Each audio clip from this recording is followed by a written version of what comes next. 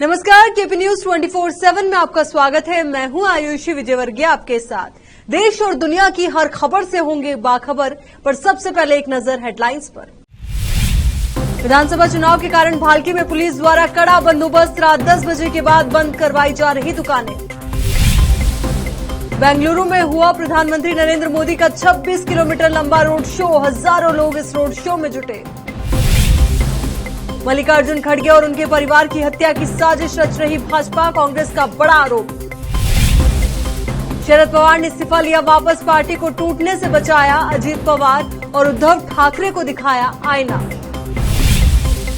प्रियंका गांधी को अमेठी में नमाज पढ़ते देखा, स्मृति ईरानी के इस बयान से मची खलबली।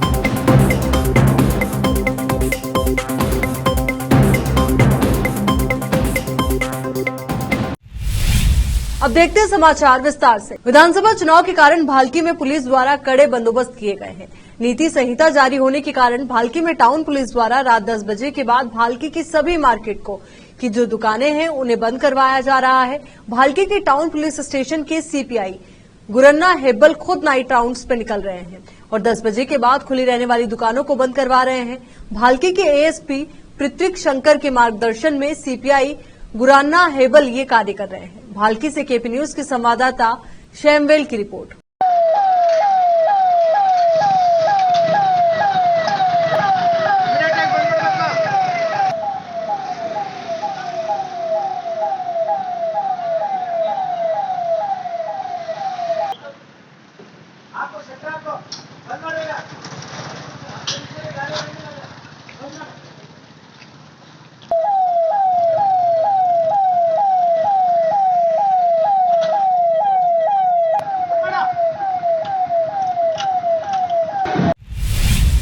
दस मई को होने वाले कर्नाटक विधानसभा चुनाव के लिए सभी पार्टियों की ओर से चुनाव प्रचार जारी है। इसी श्रृंखला में हुमनाबाद विधानसभा क्षेत्र के चितगुप्पा में भी जनता दल सेक्युलर के उम्मीदवार सीएम फेज के लिए पार्टी नेता व कार्यकर्ता प्रचार में जुटे हुए हैं। चितगुप्पा के दस्तगीर मोहल्ले में भी जेडीएस कार्यकर्ता प्रचार अभियान चला रहे हैं और घर घर जाकर जेडीएस उम्मीदवार सीएम फेज को वोट देने की अपील कर रहे हैं। शुक्रवार को चितगुप्पा के मोहल्ला दस्तगीर में जेडीएस कार्यकर्ता अहमद मोहिउद्दीन कंपनी उर्फ बाबा मौलाना मोहम्मद यूसुफ, अहमद नखी कंपनी, बाबा मजहर खतीब, शेख नजीरुद्दीन, मोहम्मद बाबा इनामदार, मोहम्मद अबू बकर, मोहम्मद महबूब, मोहम्मद रियाज, मोहम्मद दस्तगीर, मोहम्मद अमजद, मोहम्मद समीर अहमद नसीर ने प्रचार अभियान में भाग लिया। जेडीएस नेता मौलाना मोहम्मद यूसुफ ने केपी न्यूज के एडिटर व एंकर मुस्तफा आदिल को ये जानकारी दी। कर्नाटक में 10 मई को होने वाले विधानसभा चुनाव के लिए प्रचार अपने चरम पर पहुंच गया है। सभी दलों ने पूरी ताकत झोंक दी है। इसी कड़ी में शनिवार प्रधानमंत्री नरेंद्र मोदी ने कर्नाटक चुनाव के लिए मेगा रोड शो शुरू किया। बेंगलुरु में पीएम मोदी का रोड शो सुबह 10 बजे शुरू हुआ। उनका ये रोड शो 17 विधानसभा क्षेत्रों से होकर गुजरेगा। इसमें हजारों की भीड़ जुटी है। पीएम की रैली में जय बजरंगबली के नारे भी लगाए गए। बहुजन समाजवादी पार्टी की अध्यक्ष मायावती ने कहा कि कर्नाटक में कई दलों की सरकारें बनी, लेकिन दलितों, आदिवासियों, पिछड़े वर्गों के विकास के लिए कुछ नहीं किया गया। कांग्रेस और भाजपा की सरकारें पूंजीपतियों की मदद से सत्ता में आई और अपनी अधिकांश नीतियां उन्हीं के लिए बना रही है। यहां शुक्रवार को एक रैली में उन्होंने कहा कि कर्नाटक में अब इन पार्टियों को और आजमाने की जरूरत नहीं है, बसपा को सत्ता में लाना होगा। बाबा साहेब डॉक्टर भीमराव अंबेडकर के कड़े संघर्ष और अथक प्रयासों से आरक्षण की सुविधा मिली है, लेकिन यहां की सरकारें उसे प्रभावहीन बनाने और खत्म करने की पूरी कोशिश में लगी है। आजादी के बाद लंबे समय तक सत्ता में रही कांग्रेस व अन्य पार्टियों की सरकारों ने आरक्षण का कोटा पूरा नहीं किया। पदोन्नति में आरक्षण को अदालत की आड़ में खत्म कर दिया गया। कर्नाटक विधानसभा चुनाव 2023 को लेकर नेताओं की बयानबाजी तेज हो रही है। इस बीच कांग्रेस नेता रणदीप सिंह सुरजेवाला ने बीजेपी नेताओं पर मल्लिकार्जुन खड़गे और उनके परिजनों की हत्या की साजिश रचने का आरोप लगाया। सुरजेवाला ने अपने संबोधन के दौरान एक बीजेपी उम्मीदवार का भी जिक्र किया। सुरजेवाला ने आरोप लगाया कि बीजेपी नेता मल्लिकार्जुन खड़गे और उनके परिवार के सदस्यों की हत्या की साजिश रच रहे हैं। यह अब चितपुर से बीजेपी के उम्मीदवार की रिकॉर्डिंग से साफ है, जो पीएम मोदी और सीएम मुंबई का भी चहेता है। यहां रुक एक छोटे से ब्रेक के लिए जल्द हाजिर होंगे।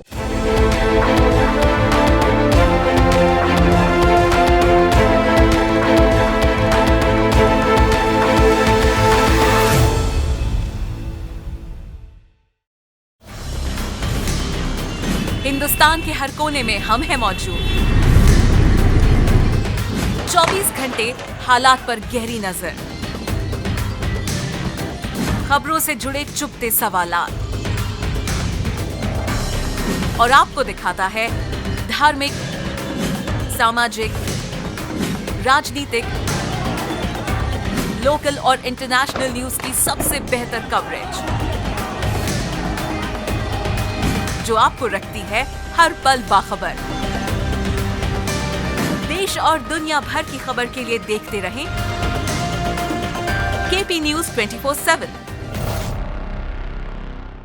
नूर एजुकेशन ट्रस्ट बीदर की ओर से चलाए जाने वाला Noor M Ed and B Ed college Bidar, recognized by NCTE Delhi and affiliated to Gulbarga University, Gulbarga. Admission are open for the academic year 2022-23. विशेषज्ञ और सक्षम शिक्षकों द्वारा शिक्षा प्राप्त करने के लिए नूर एमएड एंड बीएड कॉलेज में दाखिला लें और शांत वातावरण में शिक्षा प्राप्त करें। बीदर शहर में बेहतर शिक्षा का एकमात्र केंद्र Noor M Ed and B Ed college, Shahpur gate, Bidar. Phone numbers 9945283920, 8482221297। Break के बाद एक बार फिर से आपका स्वागत। कर्नाटक चुनाव में अब केवल गिने चुने दिन बाकी है। ऐसे में राजनीति दिन प्रतिदिन गर्माते नजर आ रही है। एक और जहां प्रधानमंत्री नरेंद्र मोदी ने पोलिंग बूथ पर जय बजरंगबली का नारा देने की बात की, तो वहीं कर्नाटक कांग्रेस ने इसे माइनॉरिटी को डराने धमकाने का आरोप लगाया। कर्नाटक कांग्रेस की डिसिप्लिनरी कमेटी के चेयरमैन और राज्यसभा के पूर्व डिप्टी चेयरमैन के रहमान खान ने कहा कि जिसमें उन्होंने खुले शब्दों में कहा कि ये और कुछ नहीं बल्कि माइनॉरिटी में डर पैदा करने का नारा है। रहमान ने कहा जय बजरंगबली का नारा माइनॉरिटी को डराने के लिए है। उन्होंने प्रधानमंत्री नरेंद्र मोदी पर आरोप लगाते हुए कहा कि बूथ के अंदर माइनॉरिटी में डर पैदा करने के लिए पीएम ने जय बजरंगबली का नारा दिया। उन्होंने कहा बूथ में लोग जब जय बजरंगबली का नारा लगाएंगे तो माइनॉरिटी डर जाएंगे, वो वोट करने नहीं जाएंगे। राष्ट्रवादी कांग्रेस पार्टी एनसीपी के अध्यक्ष शरद पवार ने पहले पद छोड़ने और फिर 3 दिन बाद निर्णय वापस लेकर एक ही झटके में एमवीए का सर्वेसर्वा बनने की तैयारी कर रहे शिवसेना यूबीटी नेता उद्धव ठाकरे और पार्टी में विभाजन की जमीन तैयार कर रहे भतीजे अजीत पवार को आईना दिखा दिया। हाल ही के दिनों में पूर्व मुख्यमंत्री उद्धव ठाकरे खुद को महाविकास अघाड़ी के सर्वोच्च नेता के रूप में स्थापित करने का प्रयास कर रहे थे। एमवीए की संयुक्त जनसभा, जिसे वज्रमूठ सभा नाम दिया गया है, में उनकी पार्टी की तरफ से उद्धव को ही एमवीए के नेता के रूप में पेश किया जा रहा था।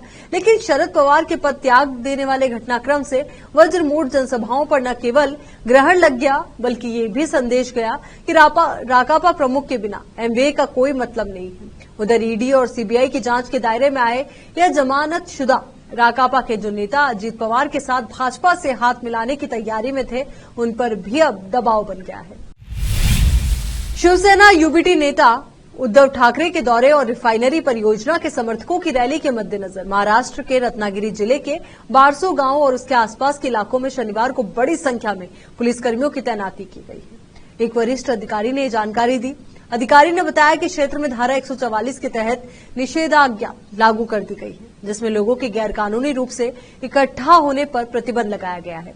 उद्धव मुंबई से 400 किलोमीटर दूर राजापुर तालुका के बारसो गांव में उन लोगों से बात करेंगे जो क्षेत्र में एक मेगा तेल रिफाइनरी परियोजना के लिए भूमि प्रदान करने की सरकार की योजनाओं का विरोध कर रहे हैं। कर्नाटक विधानसभा चुनाव 2023 के लिए कांग्रेस के घोषणा पत्र में बजरंग दल को बैन करने के वादे को लेकर सियासी बवाल हो रहा है। इस बीच केंद्रीय मंत्री स्मृति ईरानी के एक दावे से खलबली मच गई है। स्मृति ईरानी ने कहा कि उन्होंने खुद अमेठी में प्रियंका गांधी वाड्रा को नमाज पढ़ते हुए देखा है।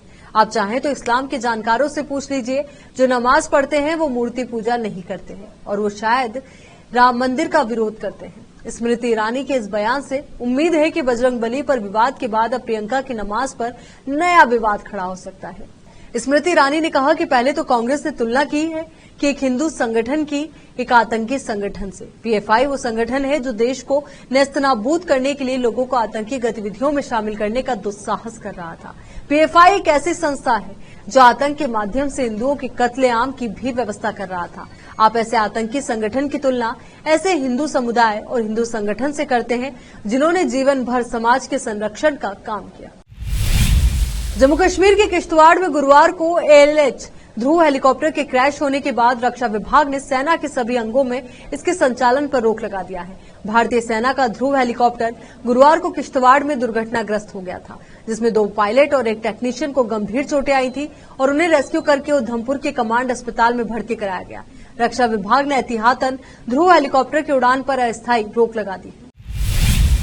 बिहार में अपराधियों के हौसले इतने बढ़ गए हैं कि दिन दहाड़े पहले महिला के गले से सोने की चेन तोड़ ली और उसके बाद भी सड़क पर सांसद पर ही पिस्टल तान दी। औरंगाबाद के बीजेपी सांसद सुशील सिंह पर अपराधियों ने शुक्रवार दोपहर उस वक्त पिस्टल तान दी जब सांसद चेन छीनकर बाइक से भाग रहे 3 अपराधियों का पीछा कर रहे थे। घटना औरंगाबाद के बारूण थाना क्षेत्र के नेशनल हाईवे 19 पर घटी है। सांसद सुशील सिंह सासाराम से औरंगाबाद लौट रहे थे, तभी डेहरी सोन पुल पर एक महिला सरिता गुप्ता रोती हुई दिखी। उन्होंने रोने का कारण पूछा तो महिला ने दिन दहाड़े ही चेन लूट का मामला बताया और भागते हुए अपराधियों को दिखाया। यहां रुक रहे एक और छोटे से ब्रेक के लिए जल्द हाजिर होंगे।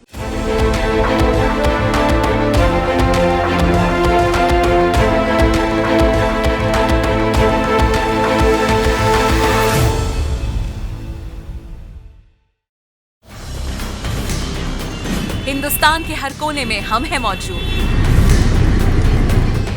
24 घंटे हालात पर गहरी नजर, खबरों से जुड़े चुपते सवालात और आपको दिखाता है धार्मिक, सामाजिक, राजनीतिक, लोकल और इंटरनेशनल न्यूज की सबसे बेहतर कवरेज जो आपको रखती है हर पल बाखबर। देश और दुनिया भर की खबर के लिए देखते रहें KP news 24/7। Noor education trust Bidar की ओर से चलाए जाने वाला Noor M Ed and B Ed college Bidar, recognized by NCTE Delhi and affiliated to Gulbarga University, Gulbarga. Admission are open for the academic year 2022-23. विशेषज्ञ और सक्षम शिक्षकों द्वारा शिक्षा प्राप्त करने के लिए नूर एमएड एंड बीएड कॉलेज में दाखिला लें और शांत वातावरण में शिक्षा प्राप्त करें। बीदर शहर में बेहतर शिक्षा का एकमात्र केंद्र Noor M Ed and B Ed college, Shahpur gate, Bidar. Phone numbers 9945283920, 8482221297। Karnataka चुनाव में प्रचार के दौरान नेताओं का वार पलटवार का खेल जारी है।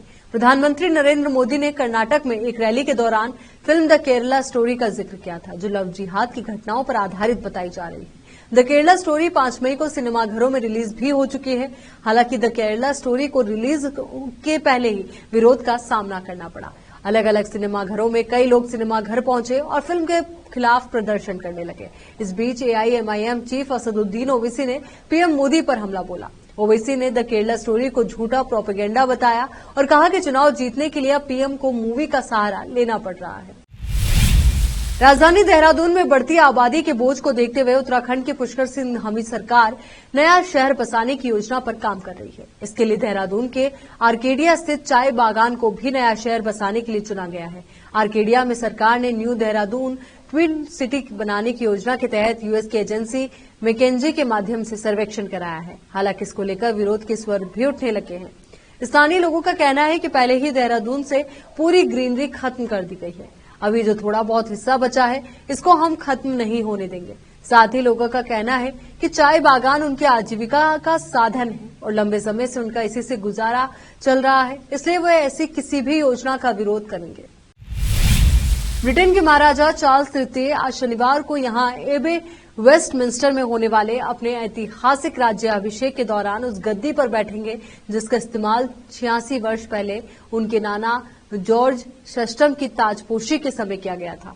शाही परंपरा के अनुसार एबे में राज्याभिषेक के विभिन्न चरणों के दौरान पारंपरिक गद्दियों और सिंहासनों का उपयोग किया जाता है। राज्याभिषेक के दौरान महाराजा चार्ल्स और उनकी पत्नी महारानी कैमिला अलग अलग क्षणों में Saint Edward's chair, chairs of state और थ्रोन चेयर्स पर बैठेंगे। चलिए एक बार फिर से नजर डालते हैं हेडलाइंस पर। विधानसभा चुनाव के कारण भालकी में पुलिस द्वारा कड़ा बंदोबस्त, रात 10 बजे के बाद बंद करवाई जा रही दुकानें।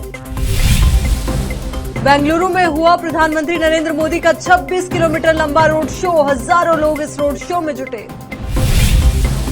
मल्लिकार्जुन खड़गे और उनके परिवार की हत्या की साजिश रच रही भाजपा, कांग्रेस का बड़ा आरोप।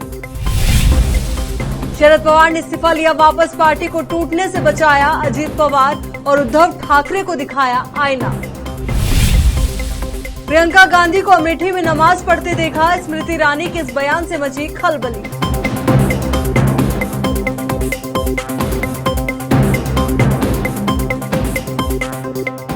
इस बुलेटिन में फिलहाल के लिए इतना ही और खबरों के लिए आप बने रहिए केपी न्यूज 24/7 के साथ। धन्यवाद।